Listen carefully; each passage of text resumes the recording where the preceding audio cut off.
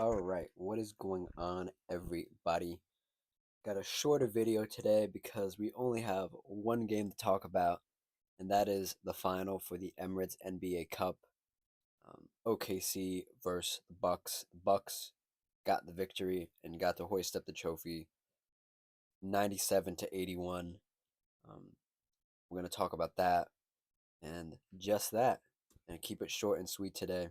If you like what I have to say, like the video. If you have your own opinions, comment them down below. And if you just like the vibes, consider subscribing. I'd appreciate it. Um, so yeah, the Bucks won from a performance from the duo Giannis and Dame. Both had 20 plus points, um, and OKC struggled this game.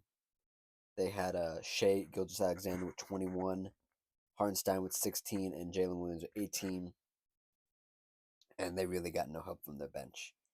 Um, but let's circle back and talk about the Bucks because I do have some thoughts on the Thunder as well coming into this, or I should say, after this game, after this loss for them. Um, after the rough start and a lot of people doubted them, the Bucks showed up in the big game. I even doubted them. I have a video where I questioned, Doc Rivers. I questioned the fit between Giannis and Dame, and obviously Chris Middleton hadn't played the whole season. He had played 4 games previous to this one, and he was out for this one as well, under the weather, flu-like symptoms. So it was just Dame and Giannis, and obviously Brook Lopez, who came in, had 13 and 9 rebounds, made 3 of 6 threes, 5 for 12 overall from field goal. Good game for him, really good game for him. Hit some good shots. Um, and the Bucks really didn't need much else. I mean, they played good defense. They kept the lead up until about the beginning of the third, and the Thunder got their second win and tried to push them, and the Bucks held steady, and got the job done. One thing I'll say is I really like how Giannis just kept fighting his way to the basket, even when he didn't make the basket, even when he didn't make the free throws after he missed the basket and got fouled. Um, he just kept going, man. And it's always so interesting to watch him because he's just relentless in his attack. Sometimes he will get forced into a turnaround, mid-range jumper. He'll get forced into a three. He'll have to kick it out as soon as he gets into the paint. And this game, he was really good at all that stuff. It's why he's a league MVP. It's why he's a Finals MVP. It's why he's a champion. Um, and just to switch to Dame for a second, um, Damian Lillard, man. Um, I have my problems with him. I have my debates with people about him or Steph Curry. It's neither here nor there. I'm not the biggest Dame fan, but I can tip my hat to him and say he played decently well this game. He was. I think this is like a really good game to say. Not that Dame is a second option, but he's a 1B. And I think the 1B status for him fits him more than a 1A. Because Giannis is obviously the 1A. MVP, I already said all his accolades, whatever. Right? Dame being a 1B and having his moments, and he hit some great shots to seal the game basically in the third quarter for them. Put him up by double digits. Blew the game open at times. He didn't shoot the best, 5 for 10 from three, 6 for 12 overall. Missed half his shots from field goal, but he showed up when it mattered. And I think the 1B status for him, especially on this team, where you have a guy like Brook Lopez who's going to do the dirty work in the paint. You have a guy like Torian Prince who's going to guard the other guy's best player. You have Andre Jackson Jr. who got into a little scuffle with Isaiah Hartenstein on the Oklahoma City Thunder. Um, this team is quite interesting, and like I said in my video previewing this game yesterday, I think this was a game that was really important for the Bucks to prove one, they They are legit. To prove their doubters wrong. Doubters were me. And to just really show that this version of the team can work. The play style they play can work. And I'll tip my hat to Doc Rivers. I've had my videos about Doc Rivers and how I feel about him, but they played good this game, and he made substitutions when they need. Giannis checked back in when the Thunder started to make a little run, and they did their thing, and I'll give credit to them. Really good stuff. Um, to talk about the Oklahoma City Thunder, they just got there was a lot of hustle from them. There was a lot of great defense for them. Um, like I said, Shea 21, Isaiah Hartenstein 16, Jalen Williams 18. Um, Isaiah Hartenstein had 12 rebounds as well. And they just didn't shoot the ball at all. They shot it and then they were like, "This isn't working. Let's not shoot it anymore." And they just couldn't make it up in the paint. They just couldn't make it up. The starting lineup for them included the three I just mentioned: Lou Dort and Isaiah Joe. Isaiah Joe was a weird one. I don't know why he started. He was 1 for 6 from three. I don't know why he started, to be honest. If you look into the team stats, um, the Oklahoma City Thunder professional basketball team, right? Shot 15% from three. I didn't know it was that bad. I knew it was around 20. I didn't know it was 15. Um, well, the Bucks shot 42, and they didn't even shoot the best. Um, they took 40 and made 17, and the Oklahoma City Thunder took 32 and made 5. Damn. Damn, that's crazy. Um, Oklahoma did have a better free throw percentage though. Took similar amounts of them, or attempted similar amounts. Um, let's see here. Rebounding, the Bucks had them beat by a dozen almost. The Bucks killed them on the defensive boards. Um, and the Oklahoma City Thunder just got beat by the numbers essentially. All these numbers are in the Bucks' favors, except for fast break points and except for points in the paint for the Thunder. So, and the largest lead for the Bucks was 20. Um, let's just let's talk about the implications of this game um, for the Thunder, because obviously the Bucks are champions. Congratulations! Another thing on Giannis's shelf, one of the first big achievements for Dame in a championship of some variety in this league, even though it's an NBA Cup championship. Congrats, Dame. Um, we need to talk about now. I'm not trying to overreact, um, but the Thunder are the best team in the West. The Thunder are um, really good. They jump on people sometimes. Like it's just like the team walks in and they jump on them. They get jumped. They get mugged essentially.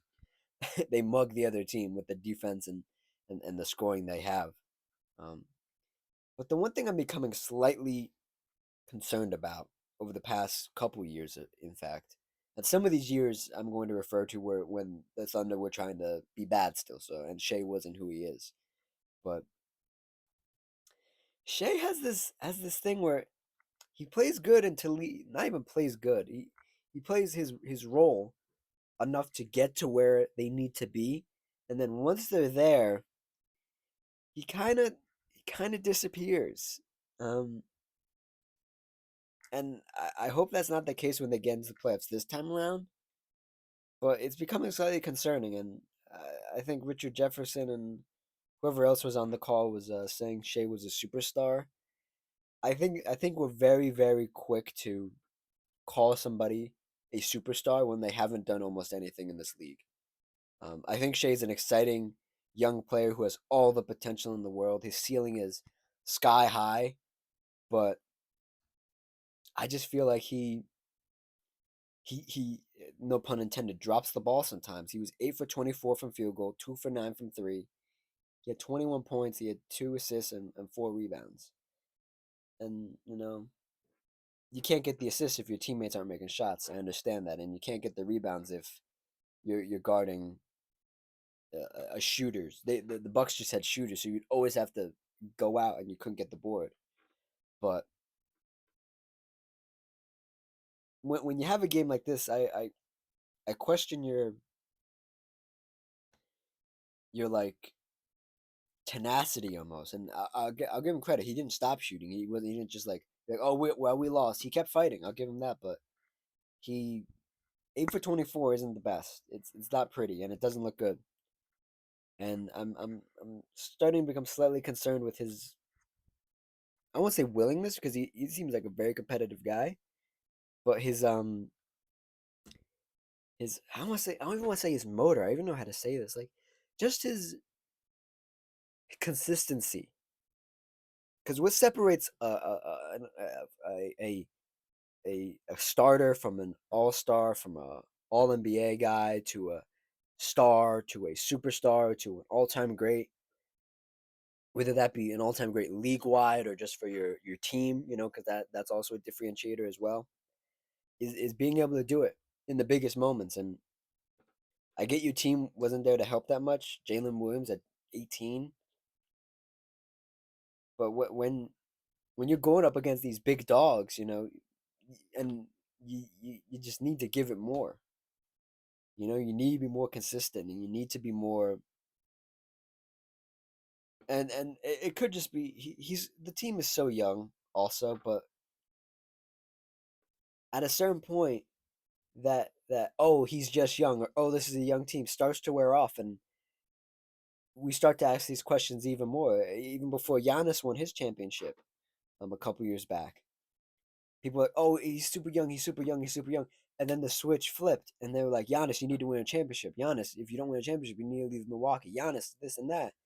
And so these switches flip so quickly, and I'm not trying to be one of those guys that tries to push Shea to do it right now. You have to do it right now. But these are things that I notice and I become concerned about when it's just an NBA Cup game and you can't pull your team out. And the biggest lead was 20, but the final box score tells a little bit. The final um, score tells a different story.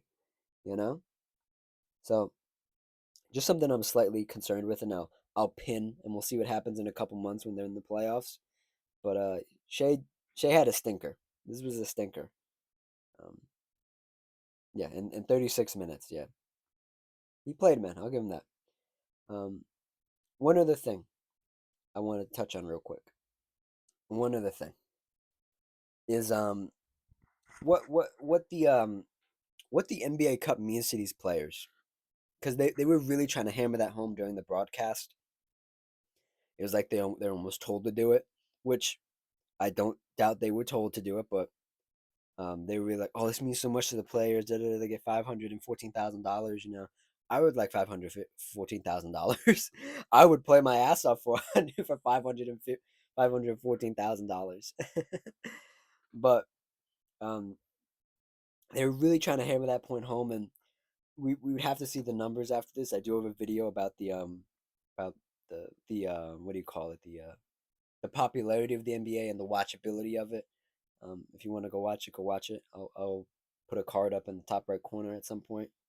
Um, but I just want to say this: it didn't feel it just didn't feel special to me personally. Like the whole hoorah, whatever. Like and the giving out the medals at the end was kind of cheesy to me. It was kind of like I don't know, like I don't know. I just don't know how I feel about medals when they're not Olympic medals. Like I get a medal, whoopee, and I believe they get a ring as well at some point. Obviously, they get to raise the banner too, um, the NBA Cup banner. Who knows if they'll put that up? They probably will because the Lakers did it last year. But my point being is, it didn't feel special. But man, Giannis is one of the most competitive guys, one of the most fun-loving guys, one of the funniest guys in the league, in my opinion. And he made it feel special. Like Giannis genuinely made it feel special, and like he made a big deal about it, lifting up the trophy for this time. He went ah and then he lifted up, and the whole team went ah, you know. Um, and it meant something to him. And I don't think I think in order for this to succeed, the NBA Cup, the guys that need to win it need to be like just ultra competitive. They genuinely just need to be like super into it. Like, hey, we know it's the middle of the season, but and Giannis, what he said when he was talking to Malika Andrews, um, at in the post game stuff on the floor with the whole team, um, he acknowledged that was just something in the middle of the season, but it was important to win it. It was important to confirm that this group of guys can do something special, um, and I commend him for that. But I think just and the NBA can't fabricate a winner. And Richard Jefferson touched on this, and I'm going to steal his little spiel here. But when he was talking to JJ Redick last year, the ESPN former colleague, now Laker coach, JJ Redick, um, JJ said you need to be a real competitive sicko to want to win this, and I would agree with that. And if the OKC would have won, would it have been just as good? Would they have done like the whole thing, made it feel special? Yes, I think they would have as well. But it's just weird. Like it did feel special till I saw Giannis celebrating it and like making a big deal about it, or making a minor deal about it, but it being important to him, you know. And I think that's the point the league needs to sell. That it's important to the players, not that oh my god, look at this sold out crowd in Vegas, which the crowd in Vegas was hit or miss on certain nights. They were okay this final night, last night. Um, but I just think it's you need a real personable guy, real guy that likes to win to sell this. And I think a guy like Giannis, and last year a guy like LeBron James, and you never know who's going to be the next year, the next year, this following year. But I think just it being important to the players, and the players acknowledging that it is just a thing in the middle of the season. It's vaguely important, but hey, it feels good to win. I think that's what sells it to people. Personally, it sells it to me. I'm not everybody, but I think that's what would sell it. And I mean, if you don't like Giannis, then you didn't like them winning at all. But um, yeah, I think that's really it, man. Congrats to the Bucks. Um, I want to tag in at the end here. I will have a couple videos out relating to Christmas stuff, Christmas NBA games, other stuff. Who knows what I'll come up with during the holiday season, whatever holiday you celebrate. I hope you understand that.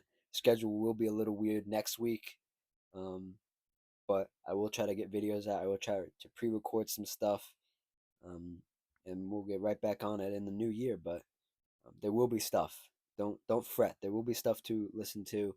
Go back and listen to my other stuff. There's some stuff that's eh.